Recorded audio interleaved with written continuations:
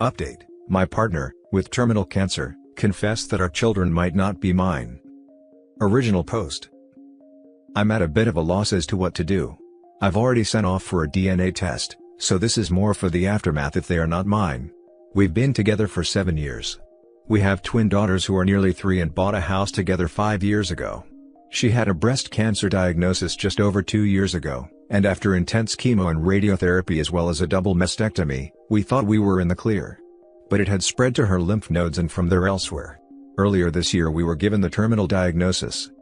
I've been doing everything to make her as comfortable as possible and quit my job late last year so that I can look after all 3 of them better. Her parents live nearby, so they've been helping, but as they're quite old it's difficult for them.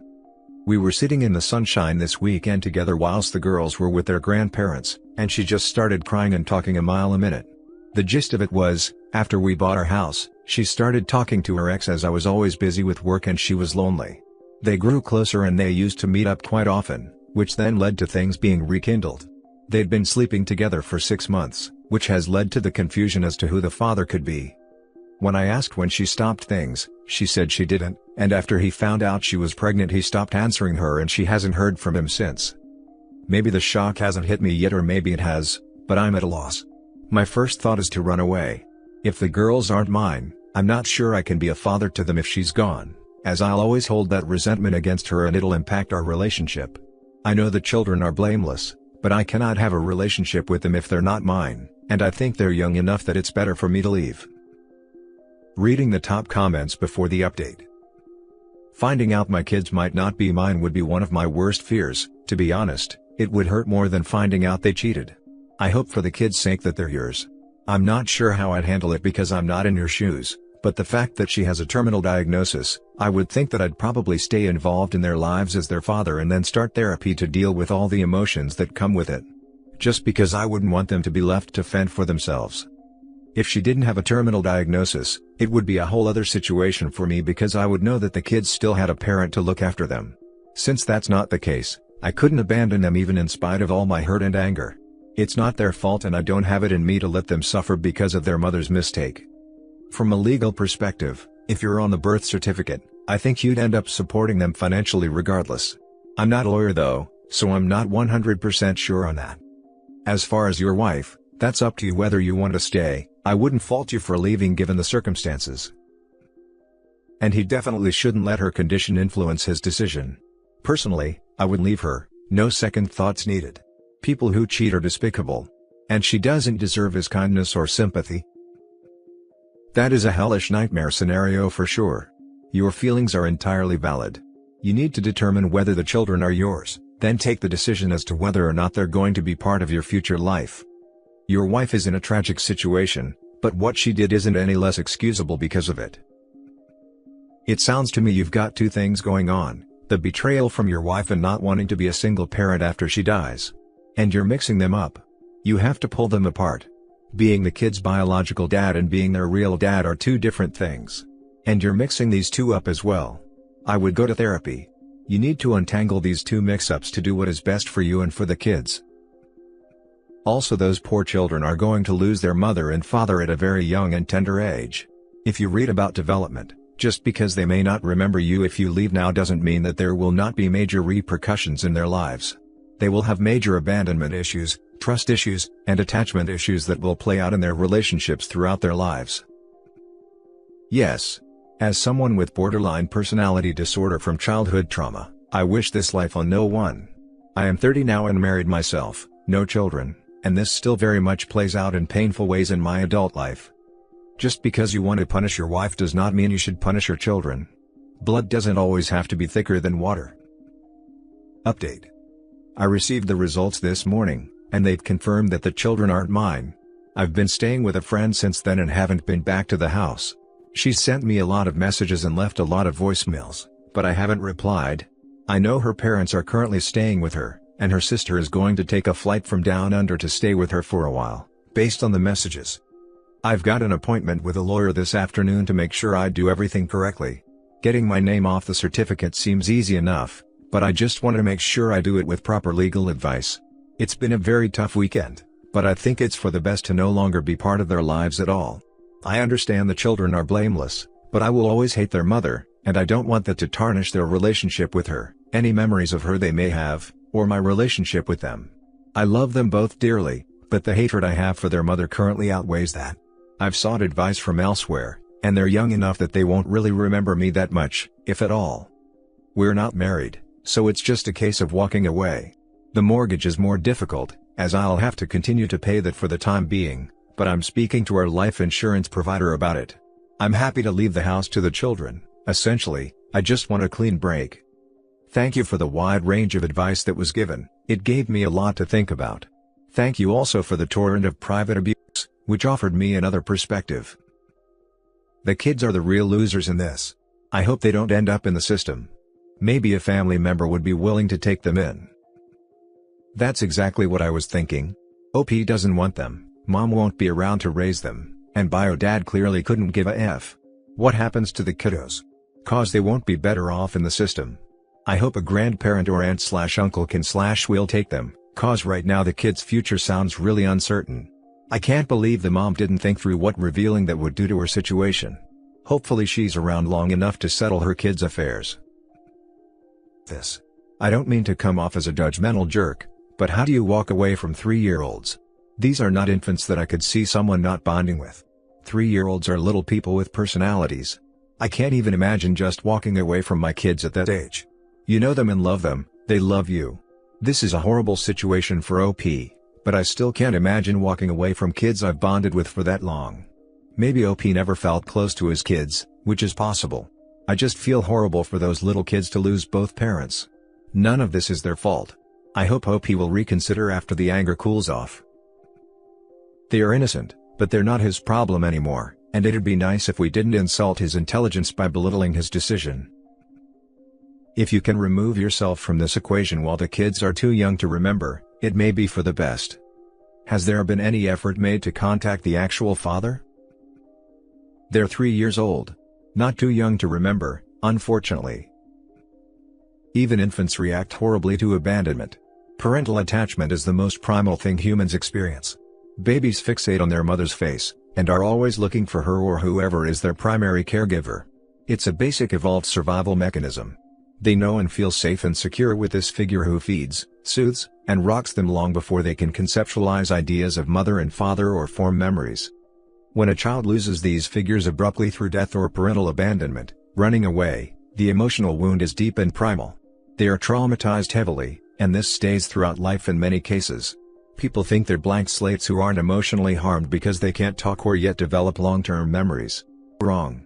People say this to absolve themselves of guilt for being crappy, self-absorbed people who abandon children. In this case, the kids will suffer 2 sudden losses and will be horribly wounded mentally.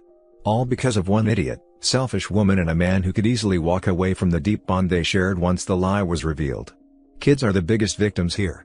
Just plopping them on more family won't heal the wound. On to the next story.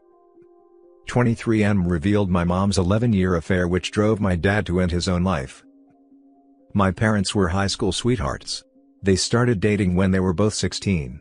They dated for 4 years, and then my mom got pregnant with my oldest sister. Then my dad did the right thing. He dropped out of college, he was on the path to medical school, it was his dream to become a doctor, married mom, and started working at a desk job at my grandpa's company. My parents later had 3 other kids, my older sisters and me.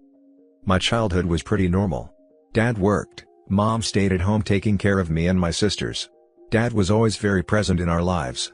My sisters and I were always daddy's girls. We were very attached to him, I was particularly close to him. We had a really deep bond. When I was 13, I was diagnosed with leukemia and he never left my side. He held my hand during chemo sessions the whole time. He consoled me when I had my first heartbreak and assured me that everything would be alright. He taught me how to drive. He walked me down the aisle 3 years ago when I married my husband and told me that was one of the happiest days of his life. I was always his favorite as well. My parents were happy. I never saw them fighting or anything like that. My dad took my mom on date nights at least twice a week. He spoiled her a lot, and they seemed really in love. My parents were the perfect couple. Everyone saw them as something flawless, an example of true love. My mom was my dad's only one, and dad was mom's only one. It was something that he was very proud of, and it was really special for him. I felt really bad when I lost my virginity to my ex-boyfriend and realized that I could never have the same thing as my parents. My dad's mom died during birth, and Grandpa raised him as a single parent. He never remarried, or dated anyone after her death as far as I know. Grandpa refused to talk about Grandma. It was very painful for him. He never met anyone from Grandma's side of the family, and Grandpa didn't talk much about her. In June, I bought a 23andMe kit for me and Dad. I thought it would be cool to see if he had any relatives on Grandma's side, and we did the tests together. We did the tests. I found out that I had 2 half-brothers and that we shared the same father. We were honestly confused. Dad and I didn't understand it. We thought this was a mistake. When we told Mom about this, she froze. She started crying. We pressured her a bit more, and that's when she confessed about her 11-year-long affair with one of my dad's friends. He was our neighbor at a certain point of our lives, and he was in the same class as Dad and Mom. I remember seeing him around when I was a kid. He was a close friend of the family. Dad was in denial.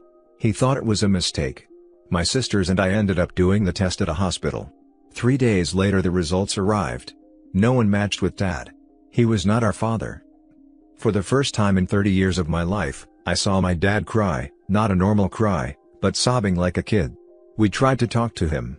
He got up, grabbed his keys, and left. We tried to call like 100 times and he didn't answer. My mom was having a panic attack, so my oldest sister took her to the hospital. We didn't hear from Dad for 3 whole days. We searched for him everywhere. Eventually, my grandpa found him at the family fishing cabin. He had hanged himself.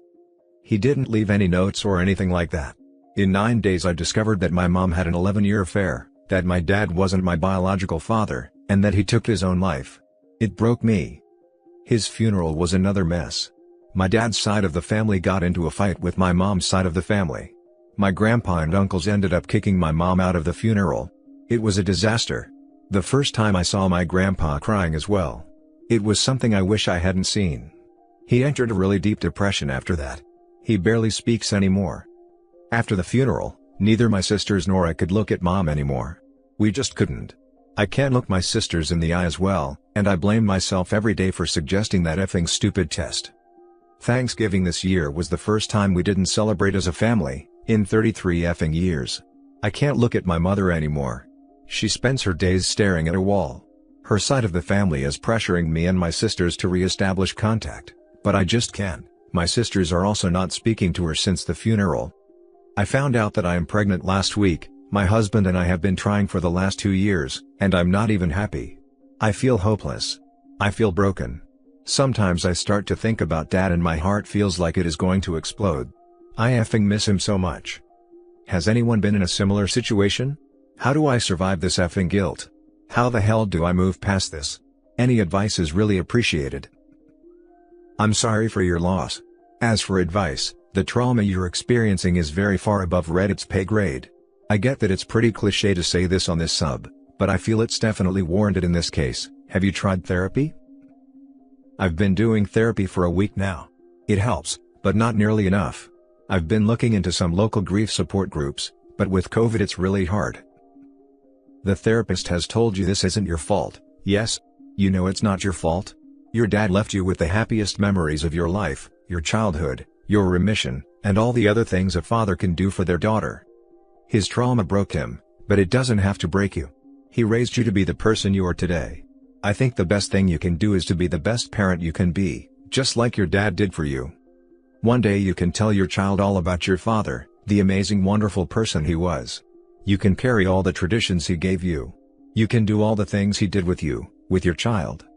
Let his love live onward, not his pain. Yes, everyone tells me the same thing, but I just can't help it. If I hadn't suggested the stupid test, this whole thing wouldn't have happened. Stories like this are exactly why infidelity is not a f-king joke. I noticed you mentioned briefly how your mom reacted to the discovery of infidelity, but how did she react to the suicide? She was a mess, couldn't stop crying, but after the funeral she got worse. She had a mental breakdown and spent a week in a hospital. Your mom is 100% responsible for this huge betrayal and the aftermath. Her secrets, lies, and infidelity are what did this, not you. Not you. You could not have known. You were as in the dark about this as your father was. Do not blame yourself. If I were in your place, I don't think I could ever talk to my mother again. Ever. I don't think you have any obligation to speak to her. What I would do going forward is not repeat this situation. Don't keep secrets, don't tell lies, be transparent. Involve your grandfather in this pregnancy if possible or if he shows interest. That may help, or it may just remind him that his own lineage isn't actually continuing. It's a dicey situation. Grief success. Deal with it in waves. Talk about it, or don't, but don't push the thoughts and memories of him away. I lost my dad unexpectedly 6 months ago, so I've got some experience with the loss. He was my best friend, and I moved 1,000 miles away after he died. I just saw my immediate family again, and they're all hollow to me now. I don't think it'll ever be the same, and I've made my peace with that. I just miss him so much. I feel so bad that my future kid is not gonna have him around. It just effing hurts. How do I survive this effing guilt? I know a lot of people will tell you this, but none of this is your fault. Your mom cheated. None of you had any idea this was going on. The test you got was something that seemed fun at the time. Do not regret decisions if they made you happy in the moment. It uncovered something horrible, but that's not your fault. How the hell do I move past this? You don't, not completely. When you love someone, you will always carry them in your heart. Don't force yourself to get past this right away. Allow yourself to grieve, ask your husband for support when you need it. Don't be scared to ask for help. Maybe talking to your sisters could help since you're all affected by this. Stick close with your loved ones, because you need them now more than ever.